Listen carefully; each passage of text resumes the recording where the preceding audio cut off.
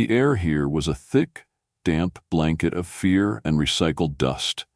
It clung to the back of the throat, a constant, low-grade reminder of a world that had been buried. For almost 30 years, this forgotten subway system had been home. It was a labyrinth of steel and concrete, a tomb for the living, kept breathing by the constant, groaning rhythm of outdated machinery. Alex moved through the tight corridors with the ease of someone who had never known the sun, his hands instinctively reaching for tools and wires as he navigated the ancient filtration system. Every flicker of the artificial lights, every grinding shudder of the air pumps, was a note in the monotonous song of their survival. He knew every corner, every shadow of this place, yet it was not his home. Home was a concept he'd only heard whispered in stories by the elders, a place of open sky and clean air. His world was one of carefully rationed water and the quiet dread that lived in every eye. But his greatest fear was a private one, confined to the small, sterile medical bay where his mother lay. He found her in the dim light, her skin ashen, her breathing shallow. Her illness had no name, no cure, and no visible cause. It was a slow, creeping decay that had haunted her for months, a mystery that no one, not even his father, the leader of their community, could solve. Alex sat by her side, his hand holding hers. Her touch was cold, a stark contrast to the burning heat that sometimes consumed her. He tried to speak words of comfort, empty promises he no longer believed, but her grip tightened. Her eyes, clouded with fever, fixed on him. "The ground calls," she whispered, the words raspy and alien, a sound that felt wrong in the confined space. "They sing from the surface, they want me to join them." Her words were a bizarre, nonsensical fever dream, a stray thought from a broken mind, or so he told himself. He left the medical bay, the strange words echoing in his ears. The communal area was a hive of activity, but a palpable weariness hung over everyone. People moved with hunched shoulders, their conversations hushed, their laughter a long-forgotten sound. An old hunter, a van with a perpetual grimace, watched Alex with suspicion as he passed. The man's persistent, hacking cough was a constant fixture of their lives, a small, unremarked detail of their fragile existence. Alex felt the weight of their collective exhaustion, the quiet desperation that pressed down on every single person. He was just one of them, but a different kind of dread gnawed at him. His steps led him to the water cisterns, a vast, rust-stained cavern that held their most precious resource. He knelt beside the murky liquid, its surface reflecting the sickly glow of the overhead lamps. The water was low, and he could see a faint discoloration, the sign of the growing contamination they all feared. The thought of this community, his family, slowly succumbing to a poison they couldn't see, fueled a simmering anger within him. He was a man of logic, a keeper of machines. But what good were his skills if the very foundation of their survival was crumbling? Back in the solitude of his small bunk, surrounded by the hum of his own homemade contraptions, he spread out the tattered old subway maps. He traced the lines with a finger, past familiar tunnels and service shafts, to a section marked in faded red. A blocked passage. His logical mind told him it was sealed for a reason, likely unstable or collapsed. But his heart, raw with the fear of losing his mother, saw it differently. It saw an escape route. It saw a path to something new, something that might save them all. A new source of water, clean air, a cure. He knew he was powerless to stop his mother from fading away in this dark, stagnant world. The gnawing ache of his helplessness grew into a fierce resolve. He had to go. He couldn't wait for the inevitable. The time for waiting had run out, and the ground was calling to him too. Panic spread like a contagion more insidious than the virus itself. The emergency meeting was a maelstrom of hushed whispers and accusing glances. The water had been a constant, if declining, source of security, and now that too was poisoned. A collective dread settled over the community, a palpable, heavy presence in the stale air. Alex's father, the stoic leader of their underground sanctuary, stood before them all. His face, etched with lines of perpetual worry, betrayed none of the panic that must have been consuming him. He proposed a new, more severe regimen of water rationing, a plan of desperate austerity that felt more like a death sentence than a solution. A small tremor ran through Alex as he listened. A quiet fury, a righteous indignation, began to build in his chest. "We can't just wait to die," he said, his voice cutting through the tense silence. "There has to be a way out. We have to go to the surface." His father's reaction was immediate and fierce. He dismissed the idea with a wave of his hand, his words sharp with frustration. The surface, he insisted, was a wasteland. To go there was to choose a swift, brutal end. Their father's words were meant to be a comfort, an assurance of his unwavering control. But to Alex, they sounded like a cage. They were a denial of hope, a final, unyielding wall. The argument was a silent one, fought with looks and tense shoulders, but it left Alex feeling more isolated than ever. He went back to his room, the anger still thrumming beneath his skin. The disappointment was a cold weight in his stomach. He looked at the plants they grew in the underground hydroponics bay, a meager, yellowing lot.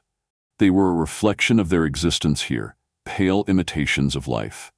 Then his eyes caught on something else. A discarded journal, tucked away beneath a pile of old schematics. It was his father's. And its pages held cryptic entries and fragmented notes about past experiments. Alex felt a cold knot of suspicion tighten in his gut. There were references to a biolab, a hidden space in the tunnels he had never known about. Driven by a renewed sense of purpose, Alex made his way back to his mother's room. She was more lucid now, her fever having broken. But a deep sadness lingered in her eyes. Her hand, so frail and thin, reached out for his. As he held it, she pressed a small, worn piece of fabric into his palm. It was soft, with a faint metallic scent. He recognized it immediately. A scrap from the jacket his father wore on special occasions. Why would she have this? He tried to ask. But before he could, he saw his father slip into the room. He didn't notice Alex in the shadows. He moved with a quiet, furtive urgency, and held a syringe filled with a pale yellow liquid. "This will help with the pain, my love," his father said, his voice a low, soothing murmur. But Alex saw the tremor in his hands, the guilt in his eyes. He watched in horrified fascination as his father injected his mother with the liquid. It wasn't a treatment. It was a lie. The final piece of the puzzle fell into place. Alex didn't need more proof. He no longer believed the stories, no longer trusted the man who had raised him. The sickness wasn't from the foul air or the dirty water. It was from the very person sworn to protect them. The journal, the strange fabric, the secret lab, the furtive injections, it all connected. He had to act now. He turned and ran back to his room, his purpose solidified. The fear of the surface, now a distant whisper compared to the bitter poison of betrayal. The world above was unknown, but the one below was a lie, and he could no longer stay in a tomb built on his father's secrets. He slung the pack onto his back, ready to face the darkness, both literal and metaphorical, that lay ahead. He moved through the narrow passageways, the rhythmic hum of the filtration system a low thrum against his chest. He was a man with a purpose, a compass now pointing towards a truth he no longer feared. The betrayal had sharpened his resolve, turning his despair into a cold, hard anger. But before he could reach the emergency airlock, a voice, deep and resonant, stopped him. "Where do you think you're going, Alex?" His father stood in the corridor, a single flickering bulb casting a long shadow behind him.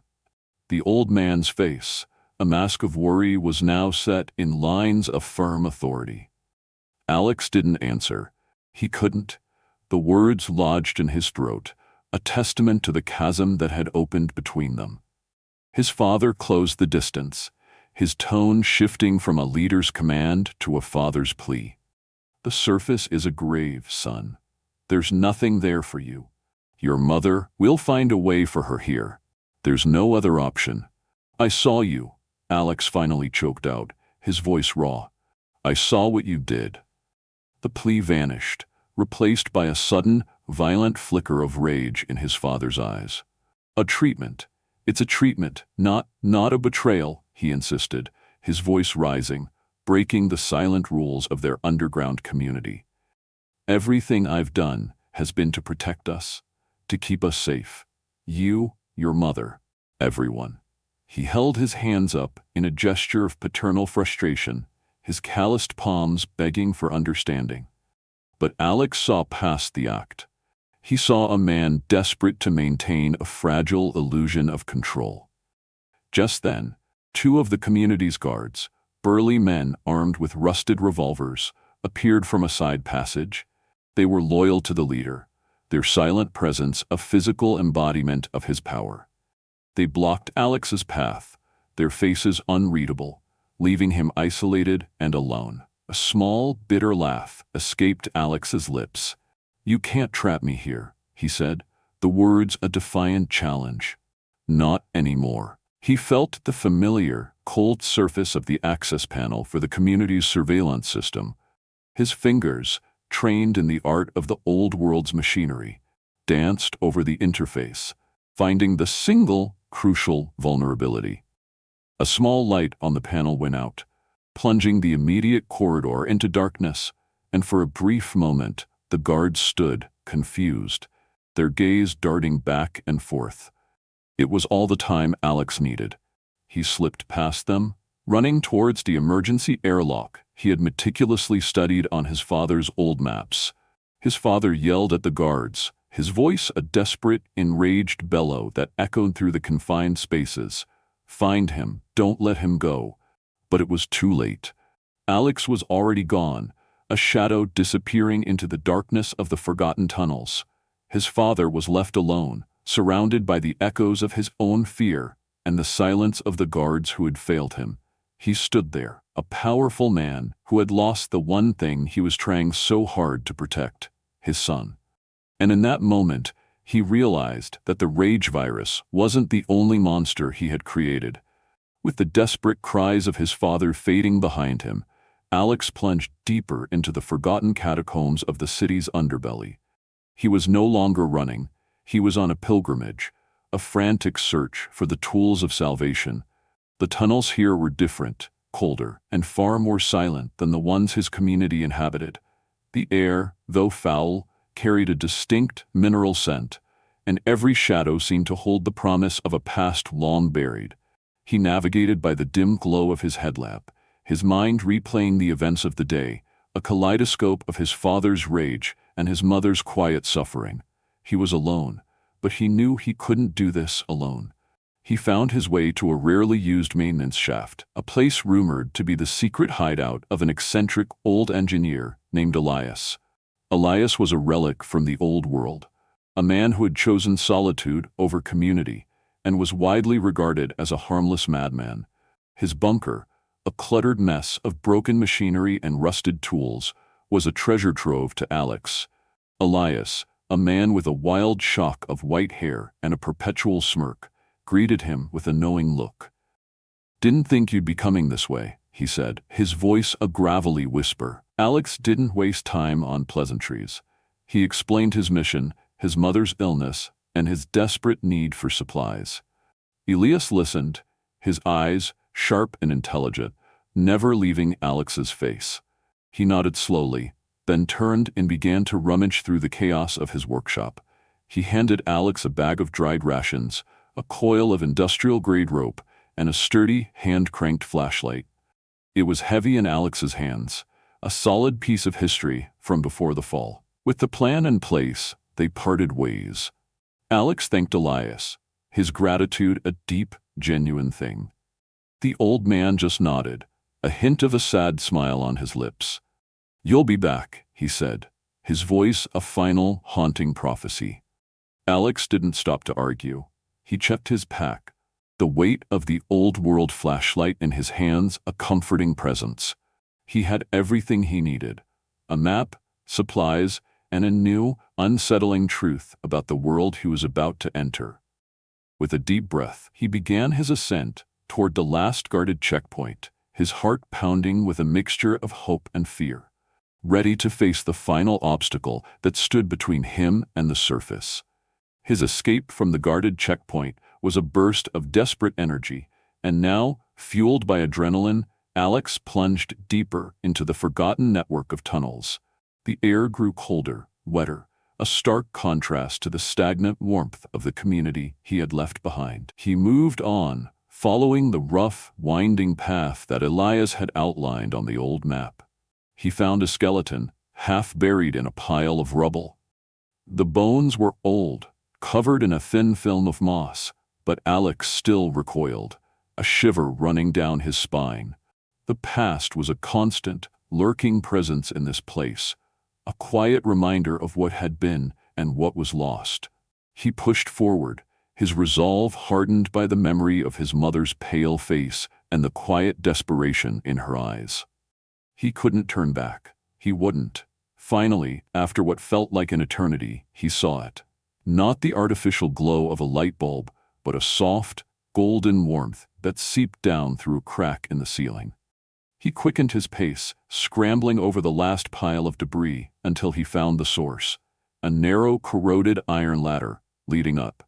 He began to climb, the rungs cold and slick beneath his hands. Each rung was a small victory, a tiny step closer to a world he had only ever imagined.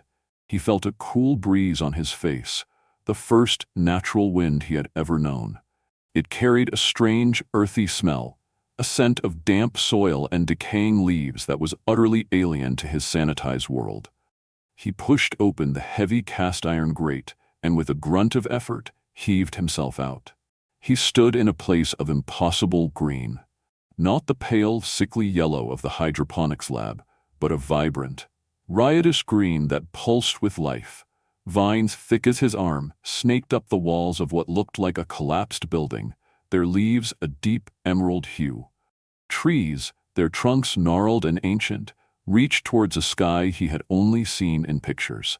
The air was a symphony of buzzing insects and chirping birds, sounds he had never heard before. This was not the lifeless wasteland his father had described. This was a thriving, verdant world that had reclaimed itself in the absence of humanity.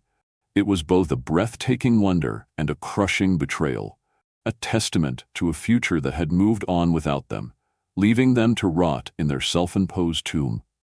Alex stood in the long-forgotten light, the truth of his father's lie a bitter taste in his mouth, a new, far more profound kind of fear settling in his bones. His first steps on the surface were a study in disbelief. Alex walked with the tentative uncertainty of a man on the moon, his feet sinking into a bed of damp leaves and rich, loamy earth. He had braced himself for a desolate wasteland, a world of ash and decay, but what greeted him was a riot of color and a symphony of sound. Sunlight filtered through a canopy of trees so tall they scraped the sky, their branches draped in vines, so green they seemed to hum with life. Birds chirped from unseen nests, their songs a complex melody of trills and whistles he had never known existed. This was not the lifeless ruin of his father's stories. It was a verdant, wild, and breathtakingly alive new world. A small stream trickled nearby, its water so clear he could see the smooth gray stones on its bed. The sight alone was enough to make his throat ache with thirst. He knelt and cupped his hands, the liquid cool and clean against his skin. It tasted of earth and life, a stark contrast to the filtered metallic liquid he had subsisted on for so long. The purity of it was a revelation, a confirmation that everything he had been told was a lie. The sickness of his community, his mother's illness, was not a result of a lost, barren world, but of a deliberate, calculated deception. Driven by a need for answers, he pushed deeper into the foliage. He found the remnants of the old world scattered like forgotten toys. A rusted-out car, its chassis consumed by creeping vines. A shattered storefront, its glass long gone, now a home for a family of squirrels. And then he found it. An old two-story house. Its frame still miraculously intact, swallowed by a jungle of trees. The front door lay ajar, and a sense of unnatural order hung over the place. He stepped inside, his footsteps echoing in the silence. The furniture was draped in dust covers, and a thick layer of grime coated every surface, yet nothing was broken. No shattered windows, no signs of ransacking. It was as if the inhabitants had simply vanished. On a small coffee table, a relic of the old world lay open. It was a photo album, its pages filled with snapshots of a life he had never lived. Families on beaches, laughing children on swings, a vibrant metropolis that hummed with the rhythm of a world gone forever. He ran a hand over the glossy images, a profound sense of grief washing over him. The world had moved on. Humanity had lost.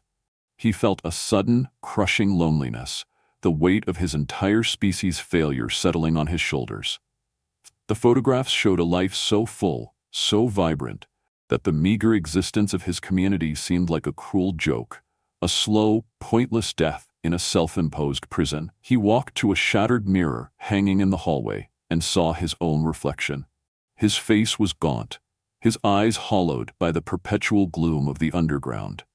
He looked like a ghost, a survivor from a world that had died, while the one he stood in was alive and well. A single, silent tear traced a path down his cheek, a physical manifestation of his sorrow and the bitter taste of betrayal. He looked down at his hands, caked in the grime of the tunnels. They were not the hands of a man who belonged here, in this beautiful, wild new world.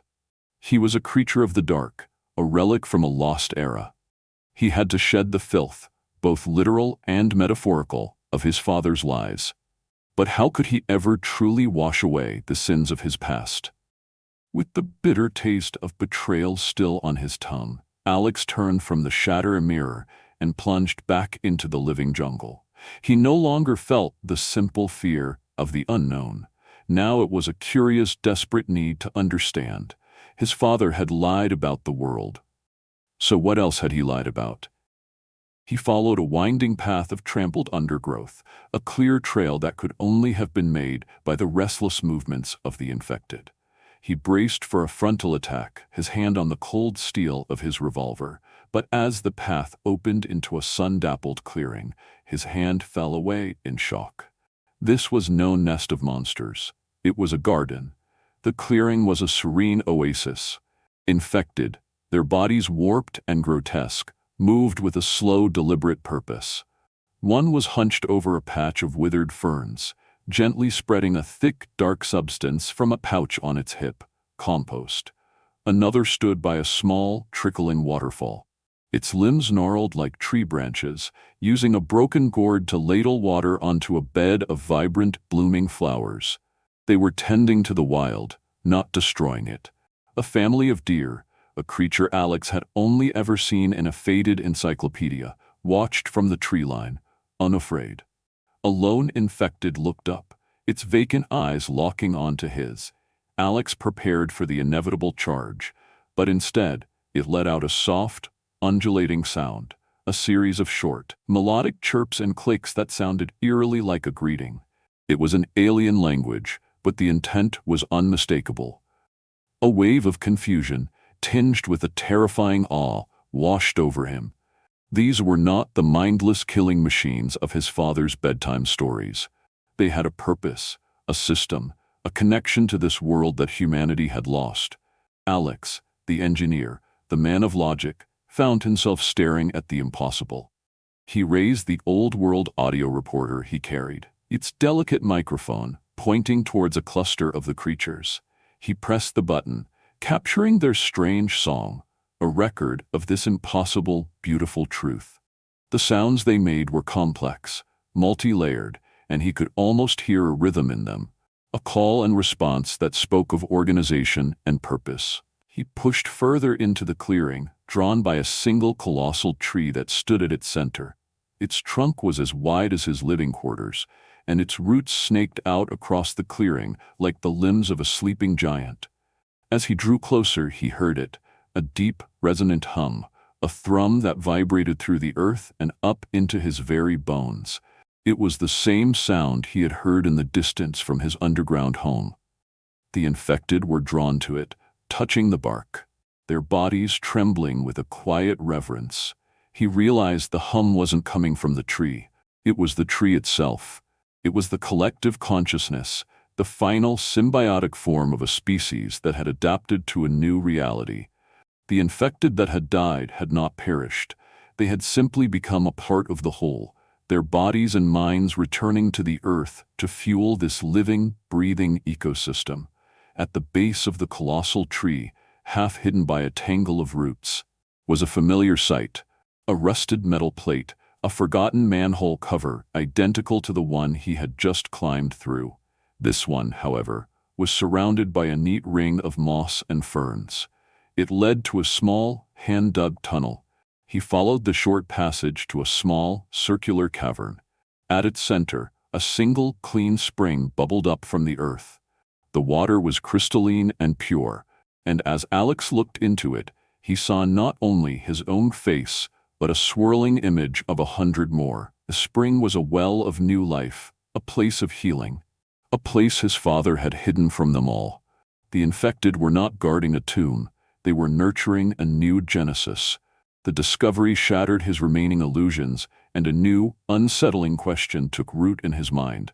If this was the truth, what had the community been fighting for all this time? Following the subtle trail, a path cleared not by human hands, but by the slow, purposeful movements of the infected, Alex ventured deeper into the new world. The air grew heavier here, the silence more profound. The vibrant life he had just witnessed gave way to a somber, eerie stillness. He found a place that felt out of sync with the natural world around it. An old, fortified clearing, choked by weeds, but still retaining the rigid geometry of a human structure. Signs, rusted and half-eaten by time, still warned of biohazard quarantine. This was it, the old lab. A wave of dread washed over him, a cold sense of foreboding that ran deeper than his fear of the infected. He had stumbled upon the heart of a wound that had never truly healed. Within the decaying structure, he found a sealed-off laboratory. The air inside was still and stale, a ghost of its sterile past. Rows of rusted equipment stood like silent sentinels, and scientific charts, faded and water-stained, were plastered to the walls.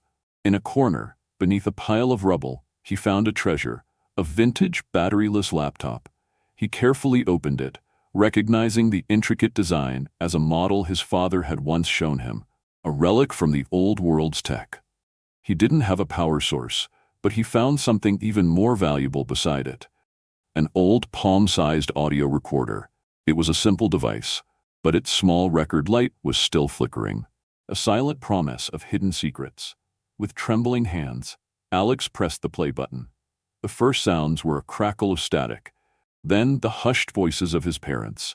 His father's voice, younger and filled with a cold scientific fervor he had never heard before, explained a project, a modified strain of the rage virus, designed not to destroy, but to control. He talked of using a host to guide the infected, to civilize the monsters and create a new, powerful army of biological soldiers. His mother's voice, hesitant and full of worry, protested. She questioned the morality of it, the cruelty of a forced evolution. The conversation was cut short by a sudden, violent sound, a shattering of glass, a scream. Then, nothing but a long, chilling silence. The recording ended there, leaving a gaping hole of unanswered questions. What had happened? Had the experiment gone wrong? Was this the truth about his mother's illness? Alex's mind, a machine of logic and reason, tried to make sense of the horrifying fragments. The conversation's abrupt end left him reeling. Had his father's experiment, his search for a new controlled form of life, been the cause of his mother's sickness? He felt the bitter, familiar sting of betrayal. But this time it was deeper, more venomous. He picked up an old, empty glass vial nearby, a small, polished object that had somehow survived the decades. It still had the faint scent of the strange yellow liquid his father had injected into his mother. Driven by a terrible certainty, Alex took a sample of the water from the pure underground spring and a sample from the poison cistern in the community. He used a rudimentary chemical kit he had brought from the bunker. The results were instantaneous and sickeningly clear. The community's water was tainted with the same chemicals his father had mentioned in the recording, a byproduct of the very experiment he had lied about. The proof was right there in his hands. His father hadn't just lied, he had knowingly poisoned the entire community to hide his monstrous project. The revelation was a gut punch. His father wasn't a protector, a leader, or a survivor. He was a creator of monsters, and his mother was a part of his most terrible creation. The need to return, to confront the man he had once idolized, became a burning, all-consuming fire. He had to go back. He had to expose the truth, no matter the cost. He knew what he had to do, but he had no idea what a terrible price he would pay. With the terrible truth a burning coal in his mind, Alex returned to the clearing, the audio recorder clutched in his hand like a sacred relic. He no longer saw monsters, he saw a people, a community of beings who had found a different path to survival. He had to understand their language, the strange, rhythmic keening he had recorded. He sat in the quiet of the overgrown lab, replaying the sounds, his engineer's mind searching for a pattern. It was a language of clicks, hisses, and low growls, a complex tapestry of sound that spoke of more than just a primal need to hunt. It was a conversation, a system of communication. He was so engrossed in his work, he almost didn't see it. And infected, its body covered in deep, weeping wounds, lying in a thick bed of moss, it whimpered, a low, pained sound that was heartbreakingly human. Alex's first instinct was to run, to hide from a creature that in his old world would have torn him limb from limb. But his new reality, the one he was only just beginning to grasp, urged him forward. He approached with caution, his hand held out, not as a weapon, but as an offering of peace. The creature watched him with vacant, feverish eyes, but it didn't attack. Alex, with a gentle touch, examined the wounds. He recognized them as the kind of injuries that would have resulted from a fall, from a desperate scramble. The creature, he realized, was not a monster, it was simply a living being in pain. He rummaged through his pack, found a strip of clean cloth, and carefully began to bind the wounds. He worked in silence, his movements slow and deliberate, and the creature watched him, its strange noises a low, questioning murmur. When he was done, the creature didn't attack. Instead, it rose to its feet, its head tilted, and let out a series of soft clicks and whistles that sounded like a thank you. It then turned and gestured with a gnarled hand towards a deeper section of the woods. Alex, against all of his instincts, followed. The creature led him to a hidden cave, its entrance shrouded in thick vines. He hesitated for a moment, his fear a cold weight in his gut. But the creature's trust was a compelling force. He had to know more. The cave was a revelation. It was a meeting place, a sanctuary for the infected. They moved with a calm, almost serene purpose, their strange language filling the air. It wasn't a roar of rage, but a hum of conversation. Alex stood in awe, a silent observer in a world that defied everything he had ever been taught. And then he saw him. An infected that was different. It stood taller, its movements more fluid, its eyes holding a chilling intelligence that was unnervingly human. This was the Alpha, a creature of legend in his community, a monster his father had described in hushed, terrified tones. This one, however, was not a monster. It was a leader. Alex watched as the other infected responded to its commands. Its clicks and whistles a complex symphony of directions and information. His heart pounded with a mix of terror and a fierce, burning hope. He had to try. He had to communicate. He raised the audio recorder, replayed the strange, melodic sounds he had recorded, and then, with a deep breath, he tried to mimic them. The sound was rough, a pale imitation of the Alpha's, but it was enough. The Alpha's head snapped up, its gaze fixed on Alex, a glimmer of recognition in its eyes. Alex, the boy who had grown up believing he was a prisoner of the earth, had just found a way to speak with the true children of the new world. He didn't know if the Alpha would accept him, if it would see him as a friend or a threat, but he knew this was his only chance. He had to try. The silence that followed his clumsy imitation was more terrifying than a roar. Alex stood frozen, every muscle tense, waiting for the Alpha to lunge. But the creature did not move. Instead, its head cocked to the side, a slow, deliberate motion that spoke of consideration, not aggression. It let out a low, drawn-out hiss, a sound that seemed to hold a question, a query for the strange, two-legged creature that had dared to speak its language. The sound was not a threat, it was a beckoning. The Alpha turned, and with a surprisingly graceful, almost elegant gait, began to move deeper into the cave. Alex, against all of his instincts, followed. He had to know. The fear was still there, a cold knot in his stomach, but it was now overshadowed by a burning curiosity and a fragile sense of hope. The cave system was not a natural formation. It was a network of old maintenance tunnels and service shafts, long abandoned, but now teeming with the quiet, organized life of the infected. They moved with a purpose, a silent, industrious army tending to their new home. The Alpha led Alex through the maze of tunnels, past hidden caches of salvaged goods, rusted tools, old books, and discarded clothes, all meticulously sorted and stored. This was not a mindless horde. It was a society, a people who had found a way to not just survive, but to build.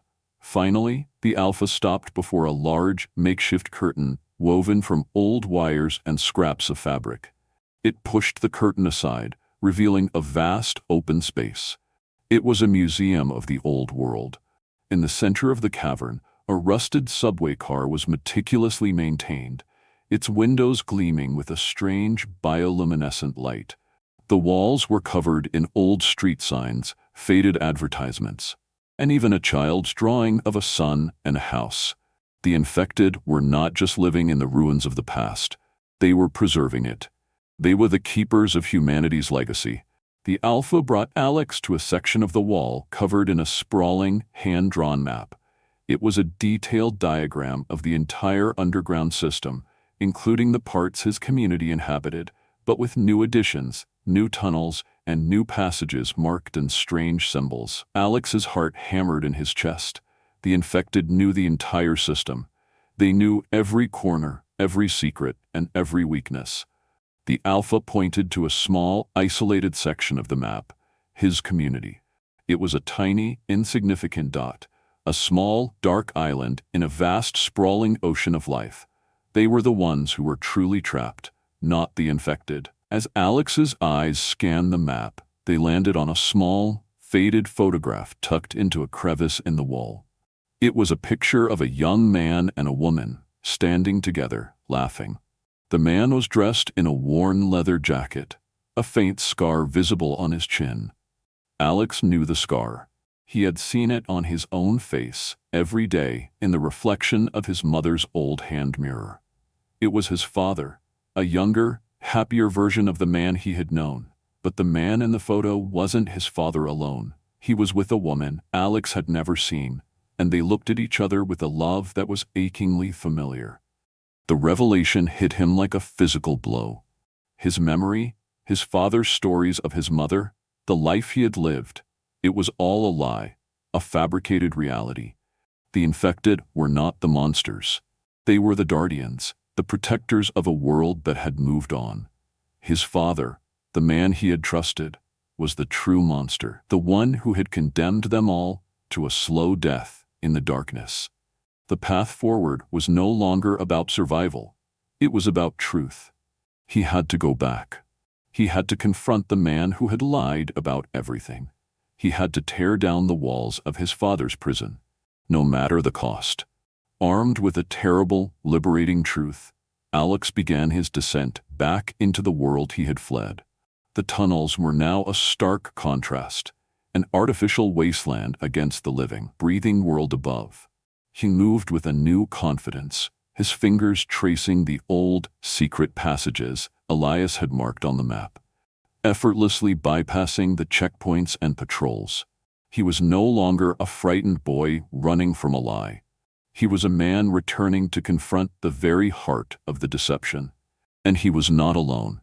Behind him, moving with a quiet, shuffling gait, was a single, docile infected, a creature he had saved and, in doing so, had found a way to trust. The infected followed him with the unwavering loyalty of a dog, its strange noises a low, constant murmur of agreement. He found his mother's room, a place that now felt less like a sanctuary and more like a prison cell.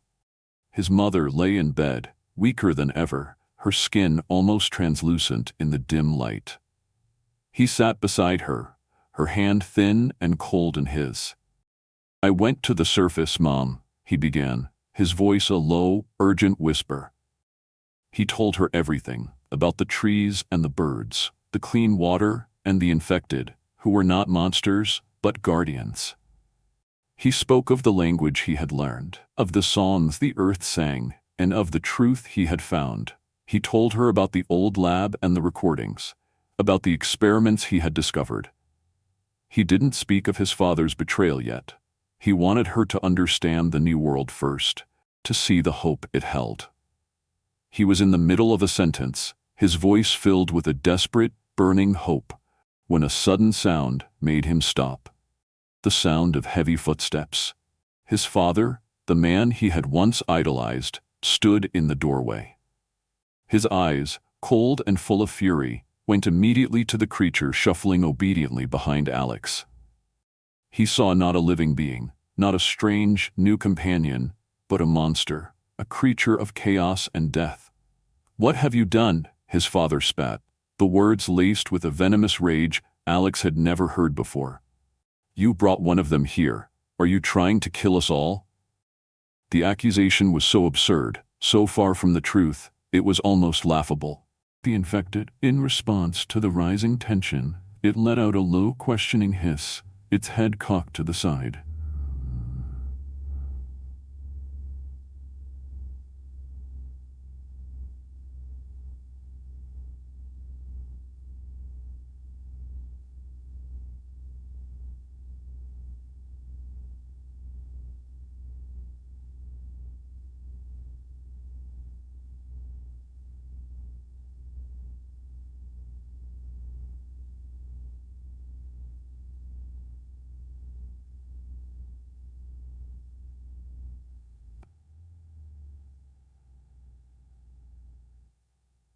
In response to the rising tension, it let out a low, questioning hiss, its head cocked to the side.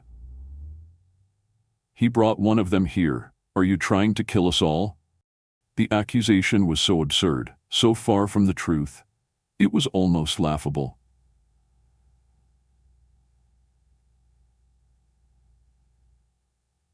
In response to the rising tension, it let out a low, questioning hiss, its head cocked to the side.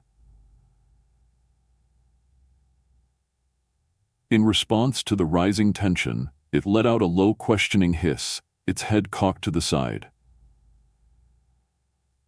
Its head cocked to the side, the infected was so absurd, so far from the truth.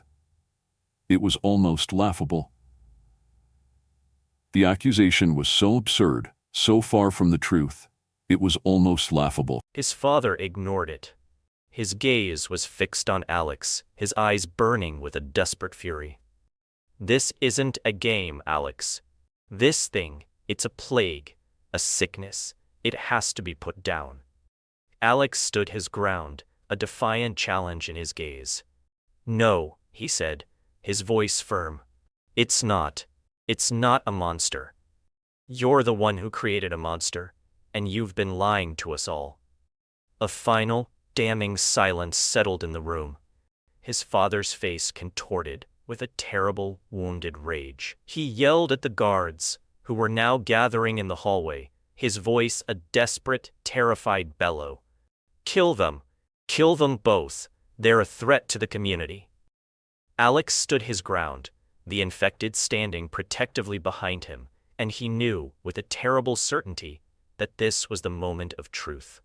The airlock hissed shut behind them, sealing Alex and his calm, infected companion in a small, cramped holding cell. Alex felt a surge of rage, a deep, burning sense of injustice. They had been captured, their journey cut short by the man who was supposed to be their leader. He was a prisoner again, but this time he was armed with the truth. He was not kept waiting. The heavy metal doors slid open, and he was marched through the silent, watchful crowd of his community to the central cavern, the heart of their underground world. His father, flanked by his most trusted guards, stood on a raised platform, a grim and imposing figure. He looked at Alex with a terrible mixture of fury and disappointment. "Alex, what have you done?" he demanded, his voice echoing in the cavernous space. "You've been deceived by these monsters. They've tricked you." Alex met his father's gaze, his own eyes burning with a cold fire. "No," he said, his voice low and steady. "I haven't been deceived. I've been lied to. By you." The crowd gasped, a low murmur rippling through the tense silence. Alex's father's face, a mask of righteous indignation, faltered for a moment. He quickly recovered, his voice rising in a desperate plea for order. "He's sick. The surface has poisoned his mind. He doesn't know what he's saying." But Alex didn't back down. He reached into his pack and pulled out the old audio recorder, the flickering red light a silent accusation. He held it up for everyone to see. "I went to the surface," he said, his voice now a loud, clear declaration. "And I found a lab, an old lab, filled with your secrets." He pressed play, and the cavern was filled with the sound of his father's younger voice, talking of his terrible experiments, of a new virus and a new kind of weapon. He played the part where his mother, her voice filled with a terrible, desperate fear, protested the cruelty of her husband's work. His father was sweating now, his face pale with a cold, naked fear. "It was a test," he stammered, his eyes darting from Alex to the bewildered faces of the community. "A way to make us stronger. It was for the good of all of us, a necessary evil." He looked to his guards, but they stood frozen, their eyes wide with shock and disbelief. Alex pulled out the small glass vial, his hand trembling with a righteous fury. "A necessary evil? Is that what you call this? Is this what you call making my mother sick? Poisoning our water? Condemning us all to a slow death in the dark, just so you could play God?" His father's composure finally shattered. He lunged for Alex, a wild, desperate look in his eyes. He wasn't a leader anymore. He was a terrified, cornered animal. "I didn't want you to know," he screamed, his voice thick with a terrible, self-serving grief. "I did this for you, to save you." He tried to wrestle the recorder from Alex's hands, but Alex held firm. He looked into his father's eyes, into the terrible black hole of his self-justification, and he knew. His father hadn't just lied about the world. He had lied about everything. He had lied about love, about family, and about survival. Alex had left the community, seeking a cure for his mother's illness, but he had returned with a far more terrible, far more powerful truth. He had found the real source of the sickness, and it wasn't the virus. It was the human heart. His father's confession, a desperate, broken stream of words, was a sound more horrifying than any infected roar. "Yes," he screamed, his voice raw with a terrible wounded pride. "Yes, I did it. I created it. A new strain, a modified rage. It wasn't a weapon for destruction. It was an instrument of control. I was going to use it to domesticate them, to make them an army to protect us, to keep us safe." The cavern was silent, save for the echo of his terrible words. The faces of the community members were a mask of disbelief and dawning horror. They had feared the monsters outside, but the true monster, they now realized, was the man who had promised to save them. Alex felt a cold, hard rage building in his chest. It was a searing, all-consuming fire that burned away the last remnants of his love for his father. "Safe?" he spat, the word laced with a bitter venom. "You betrayed us. You turned my mother into a test subject. You poisoned our water, our lives, with your ambition. He gestured to the community, to the pale, fearful faces of the people who had followed a lie. You told us the world was dead, but you were the one who killed it for us. You condemned us to a life in the dark. His father's face, a terrible portrait of shame and defiance, crumpled. He looked at the faces of his people, the people he had led, and saw only a cold, righteous anger. He had lost them. He had lost everything. He fell to his knees, his hands covering his face, his body shaking with a terrible silent grief. A small sound, a soft shuffling noise, made Alex turn. His mother, her face ashen and her body trembling with weakness, had managed to crawl from her bed. She was now standing in the doorway, a silent, terrible witness to her husband's confession. Her eyes, filled with a terrible, knowing sadness, met Alex's. She raised a frail hand and touched her own cheek, a small, weary gesture that was more powerful than any word. She had known all along. She looked at her husband, the man who had promised to love and protect her. And her eyes held no judgment, only a deep, profound sorrow. Then she looked at Alex, and in her eyes he saw a different kind of truth. A truth that was not born of anger, but of a quiet, weary acceptance. He did what he thought was right, she whispered, her voice a thin, reedy sound that was barely audible. He was so afraid of the world outside. He was so desperate to save us. She took a step towards her son, and her hand, still trembling, reached for his. I know, she said, her voice filled with a terrible, heartbreaking love. I know all of it. I've known for a long time.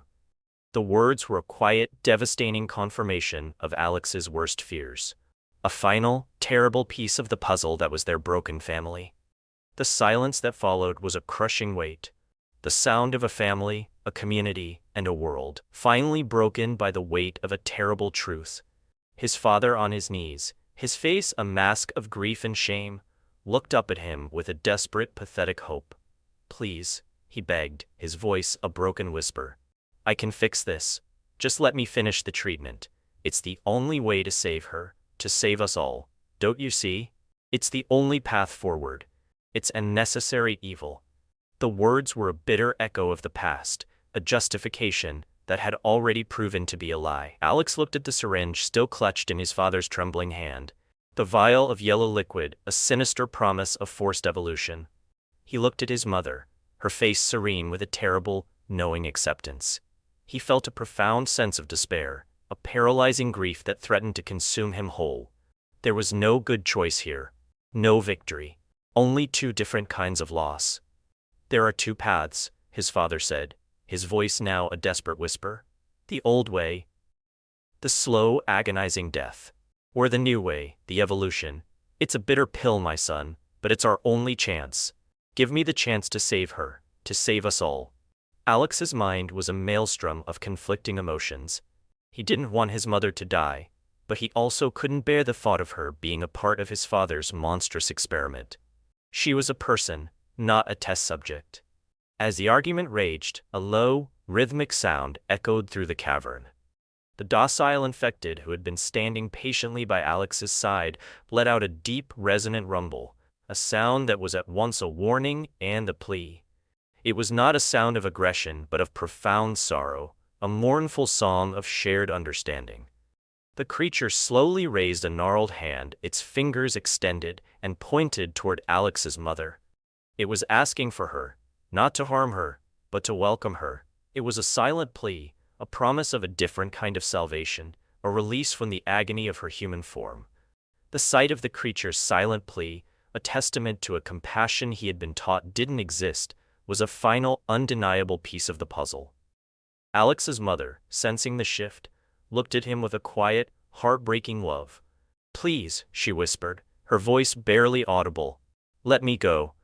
Her eyes, once so clouded with fever, were now clear, a final, lucid plea for release. She was choosing her own fate. She was choosing the new world. Alex felt a terrible, soul-crushing weight in his chest. He was being asked to choose between two fathers, the one who had lied, who had poisoned her to save his own twisted vision of humanity, and the one who had offered her a path to a different kind of peace. The fate of the entire community, of a dying generation and a rising new one, rested on his shoulders. He was faced with a choice that had no right answer, only a painful, necessary, and gut-wrenching decision that would change the course of their world forever. He looked at his mother, then at the pleading eyes of his father, and finally at the mournful, compassionate gaze of the infected. There was no easy way out, only a path of sacrifice and a single final choice. The confession was a spark, and the cavern was a tinderbox. The quiet disbelief of the community quickly turned to a roaring flame of rage and betrayal. The truth, once a whispered secret, now spread through the crowd like a contagion, faster and more destructive than any virus. Faces once filled with fear and deference were now contorted with a terrible, righteous fury. They looked at their leader, the man who had promised them salvation, and saw only a monstrous liar. The air, already thick with the weight of the moment, became a symphony of accusations and angry shouts. The community, once a unified front against the darkness, splintered into two distinct factions. One side, a defiant minority, stood with Alex. They were the ones who had always harbored a quiet doubt, a lingering unease about their leader's iron-fisted rule. They saw in Alex's face not a madman, but a liberator, a chance at a real future, a life beyond the oppressive darkness of the tunnels. They looked at the docile infected behind him, a creature of legend, now standing as a silent, living proof of a different kind of truth. The other side, the majority, stood with Alex's father. They were the ones who had invested their lives in the lie, who had put their faith in his promises of a safe, controlled world. They saw in Alex's actions not a crusade for truth, but a dangerous, reckless gamble that threatened to destroy everything they had worked for. They saw the infected behind him, not as a symbol of hope, but as a monstrous threat that had to be eliminated. The arguments, once confined to angry words, quickly escalated into a full-blown civil war. Punches were thrown, bodies slammed into the rusted walls, and the cavern was filled with the sounds of a community tearing itself apart. Alex watched in horror, his heart heavy with grief. These were his neighbors, his friends, his family, now fighting a war that he had started. He saw his friend, a boy he had grown up with, standing on the other side, his face a mask of bitter accusation.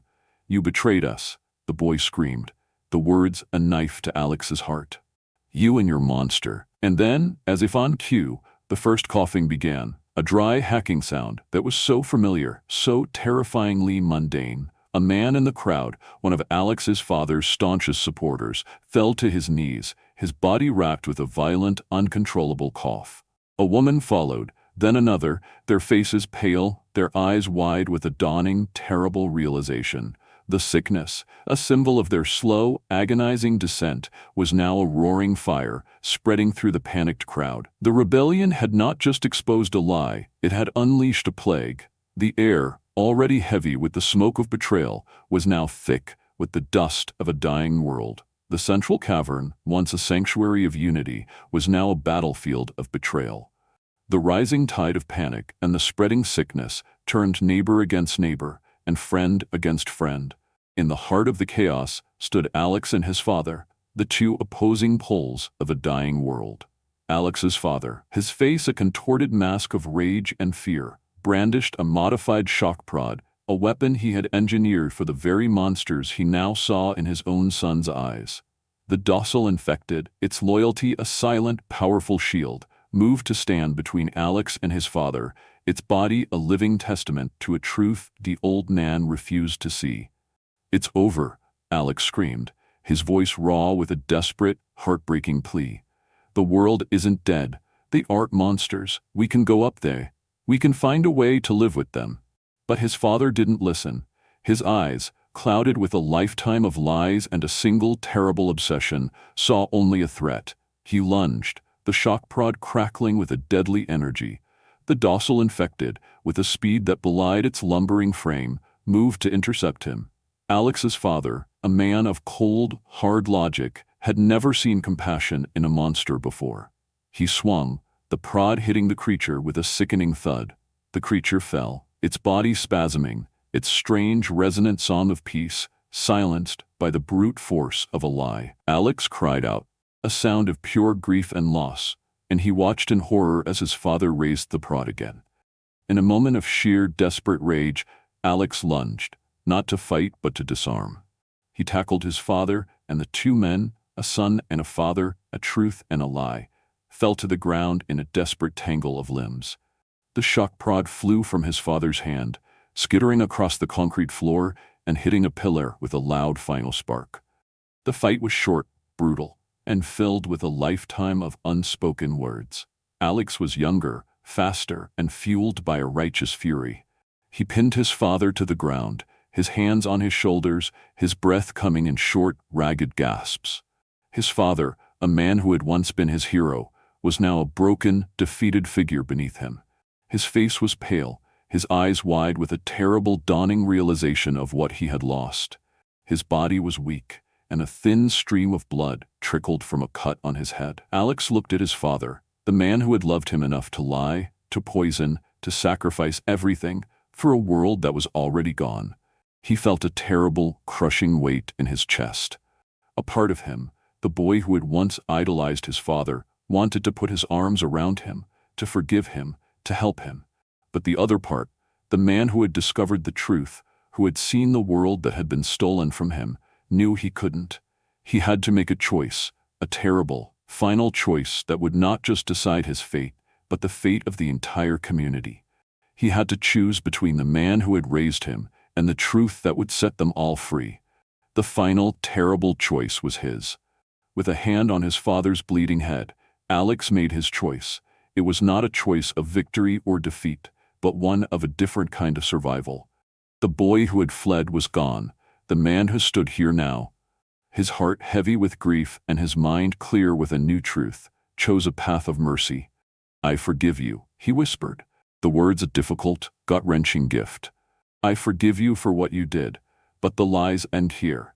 He helped his father to his feet, his touch firm but gentle, and the old man, broken and defeated, offered no resistance.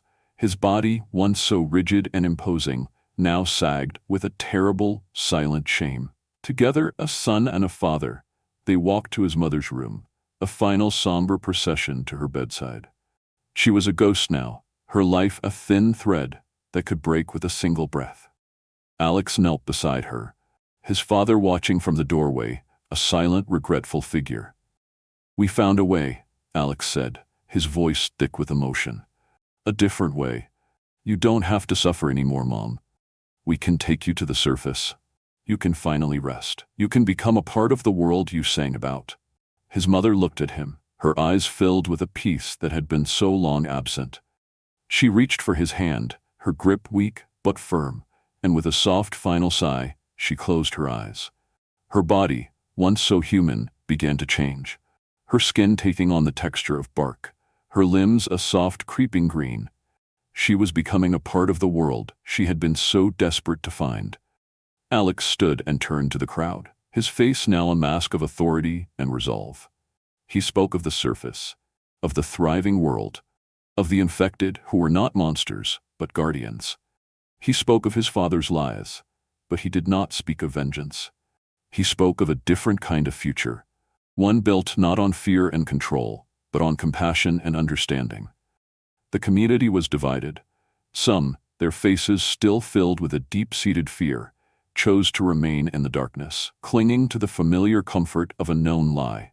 But others, their hearts filled with a desperate, burgeoning hope, chose to follow him. They gathered their belongings, their faces etched with a mixture of fear and excitement, ready to step out of the shadows and into the light. And so, they began their exodus. Alex led them through the labyrinth of tunnels, past the old, rusted gates of their prison, and up toward the shimmering light of the surface. He was not just a leader, he was a prophet of a new world. He was a son, a man who had faced the terrible truth and had chosen forgiveness over vengeance, compassion over hate. He was a beacon of hope in a world that had lost all light. They emerged into the wild, verdant world, their eyes squinting in the unfamiliar sunlight. The air was a symphony of sounds, a cacophony of life that was utterly alien to their senses. Alex stood at the head of his new community, his eyes raised to the sky, a vast, endless ocean of blue. He took a deep, shuddering breath, the first truly clean air he had ever known. He felt a profound, overwhelming sense of hope, a powerful, unwavering belief in a future that was not built on the bones of the old world, but on the living, breathing heart of a new one. But the story was not over. The community was fractured, the world was still full of danger, and the future was a long, winding road of unknowns. But for the first time in his life, Alex was not afraid. He was a son of the earth, a part of a new world, and he was ready for whatever came next.